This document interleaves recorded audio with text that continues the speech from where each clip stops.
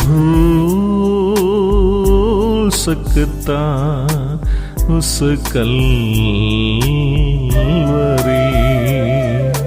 खून में लथपथ था जहां मेरा यीशु मसीह।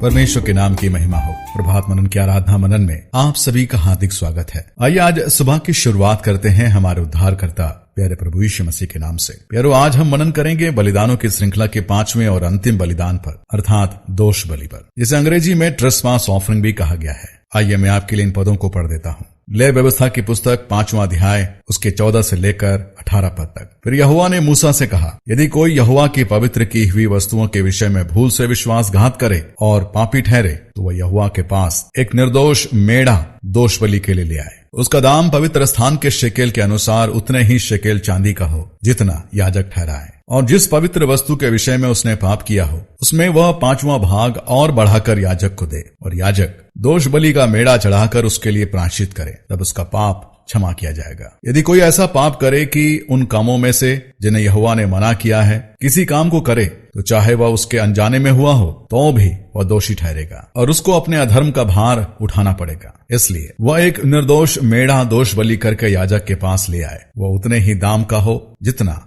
याजक ठहराए, और याजक उसके लिए उसकी उस भूल का जो उसने अनजाने में की हो प्रायश्चित करे, और वह क्षमा किया जाएगा। परमेश्वर इस पढ़े गए वचनों पर अपनी आशीष को उंडेले। हमने पिछले सप्ताह पाप बलि पर मनन किया था और आज हम दोष बलि पर मनन करने वाले हैं। अब सवाल यह उठता है कि पाप और दोष, जिसे अपराध भी कहा जाता है, क्या दोनों समान नहीं है?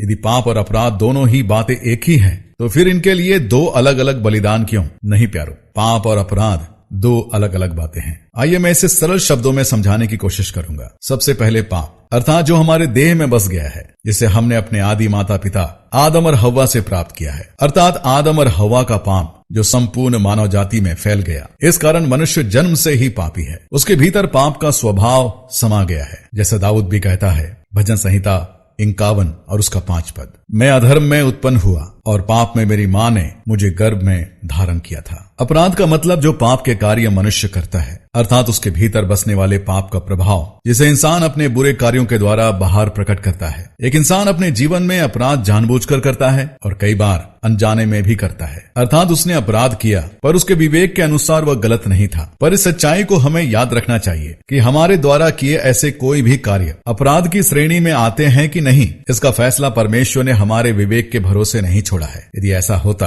तो इंसान पाप करता जाता और दोष दिए जाने पर परमेश्वर से यही तर्क करता कि मेरी समझ और मेरे विवेक के अनुसार इसमें कोई गलत नहीं है। ऐसे में हर एक व्यक्ति अपनी सुविधा अनुसार अपने अपने विवेक और समझ पर आधारित अपने लिए सही और गलत का मापदंड बना लेता। मतलब जो उसके विवेक के अनुसार अच्छा तो अच्छा है, और जो भी उसे बुरा लगे तो वह बुरा है। परंतु जैसे कि मैंने कहा कि हमारे कार्यों को सही और गलत ठहराने का अंतिम फैसला हमारे विवेक पर आधारित नहीं है, परंतु केवल और केवल परमेश्वर के वचन पर। अर्थात इंसान जन्म से पापी है और अपने जीते जी कोई भी ऐसा कार्य करता है जिसे परमेश्वर का वचन गलत ठहराता है, तो वह उस कार्य का दोषी व अपराधी ठहरता है। इसका मतलब इंसान जन्म से पापी है और कर्म से अपराधी है। जैसे कि पौलुस भी लिखता है कि परमेश्वर के बिना हमारी अवस्था कैसी थी। इफिसियों की पत्री 2 अध्याय उसका 1 पद, उसने तुम्हें भी जिलाया जो अपने अपराधों और पापों के कारण मरे हुए थे। फिर आपने ध्यान दिया, इस पद में उन्हीं 2 शब्दों का उपयोग किया गया है,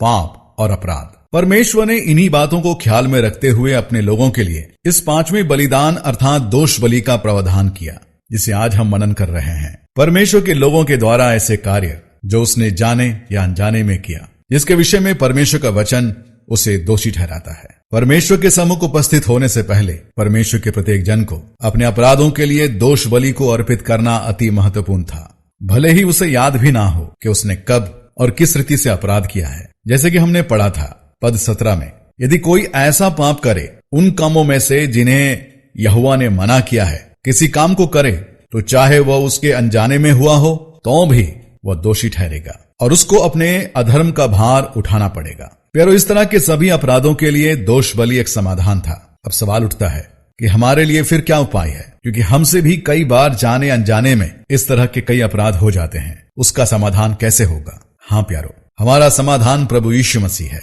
क्योंकि कलवरी क्रूस पर उसने न केवल हमारे पापों के लिए अपनी जान दी, परंतु उसने हमारे अपराधों के लिए भी अपनी जान दी। जैसा कि यशायाह की पुस्तक 53 अध्याय उसके 5 में लिखा है, परंतु वह हमारे ही अपराधों के कारण घायल किया गया, वह हमारे अधर्म के कामों के कारण कुचला गया, हमारी ही शांति के लिए उस पर ताड़ना पड़ी कि उसके खोड़े खाने से हम लोग चंगे हो जाए।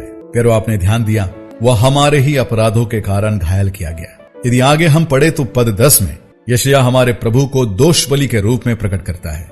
यशायाह 53 अध्याय और उसका 10 पद। तो भी यहोवा को यही भाया कि उसे कुचले, उसी ने उसको रोगी कर दिया। जब वो अपना प्राण का दोष बलि करे तब वो अपना वंश देखने पाएगा, वह बहुत दिन जीवित रहेगा, उसके हाथ से यहोवा की इच्छा पूरी की जाएगी। इसका मतलब प्रभु यीशु मसीह हमारे लिए एक पाप बलि के रूप में कलवरी क्रूस पर बलिदान हुआ और साथ ही साथ एक दोष बलि के रूप में भी, ताकि हम जो उसके द्वारा बचाए गए हैं, हम किसी भी अनजाने में हुए अपराध के कारण परमेश्वर के सम्मुख आने से वंचित न हो जाए। हमारा प्रभु हमारे खातिर दोष बलि हुआ का मतलब हमारे द्वारा किए गए अपराधों को वह अपना कहकर उस अपराध की सजा उसने स्वयं उठा ली। प्यारो, क्या आपने गौर किया जिन पदों को हमने पढ़ा था, अर्थात उसके 15 और 16 पद में ध्यान दें। पवित्र स्थान के शेकेल के अनुसार उतने ही शेकेल चांदी का हो जितना याजक ठहराए, 16 पद। और जिस पवित्र वस्तु के विषय में उसने पाप किया हो उसमें वह 5वां भाग और बढ़ाकर याजक को दे। प्यारो, इन पदों के अनुसार बलि पशु के अलावे जुर्माना भी भरने का निर्देश दिया गया था, अर्थात उस दोषी व्यक्ति के द्वारा जो नुकसान किया गया था उसका जुर्माना